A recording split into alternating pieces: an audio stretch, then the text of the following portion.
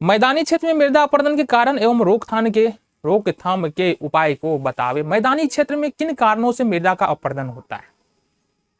देखो मैदानी क्षेत्र कौन सा होता है?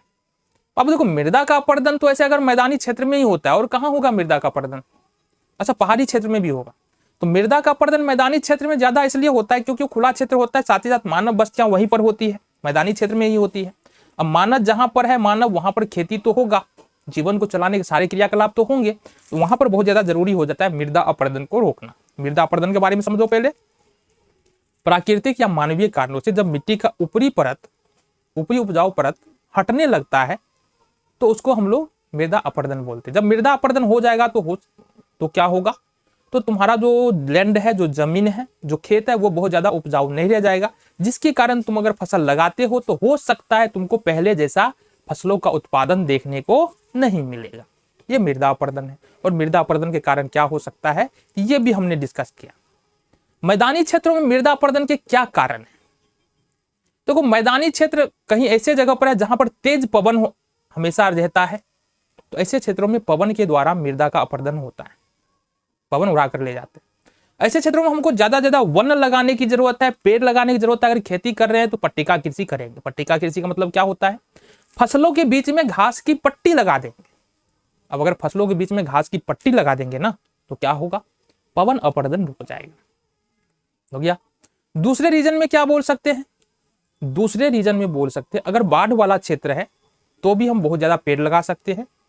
साथ ही साथ जो हमारा खेत है उसको 4, 5, 10 भाग में बांट करके ऊंचे ऊंचे बांध बना सकते हैं। इससे मिट्टी का अपरदन काफी हद तक रुक जाएगा, ये बाढ़ वाला क्षेत्र में ना। वन तो बहुत ज्यादा जरूरी है। देखो मृदा अपरदन किसी भी प्रकार का हो, वन जो है ना मिट्टी की रक्षा बहुत ज्यादा करती है। वन हो गया, छोटे छोटे झाड़ हो गया, पेड़ पौधा हो गया, ये मिट्टी की रक्षा बहुत हद तक कर देती है। तो ये तो जरूरी ही है, ये तो जरूरी ही है। साथ ही साथ होता यह नहीं, बढ़ती हुई जनसंख्या के कारण, आवास के कारण वन कट रहा है, खेत बनाने के लिए वन कट रहा है। हम कह रहे हैं बाबू वन लगाओ, जंगल बढ़ाओ, मृदा अपरदन रुकेगा। मतलब समस्या को हम लोग खुद जन्म दे रहे हैं, फिर खोज रहे हैं कि इसका सॉल्यूशन क्या है। मानव बड़ा अजीब हो गया। ठीक है, इसके अलावा क्या हो रहा है ना? इसके अलावा चारागाह की कमी हो रही है। हम लोग जो भारत में रह रहे हैं, भारत की लगभग 150 करोड़ की जनसंख्या है, और 150 करोड़ की जनसंख्या में पशुओं की संख्या बहुत ज्यादा है। 70% लोग या तो खेती करते हैं या पशुपालन करते हैं। अब पशु तो है हमारे पास, लेकिन चारागाह नहीं है, पशु को खिलाए क्या? तो भेज देते हैं जंगलों में चर के आ जाओ। वो जो वन है उसको हम लोग नुकसान पहुंचा रहे हैं। अब अगर वन को नुकसान पहुंचा रहे हैं ना, तो होगा क्या?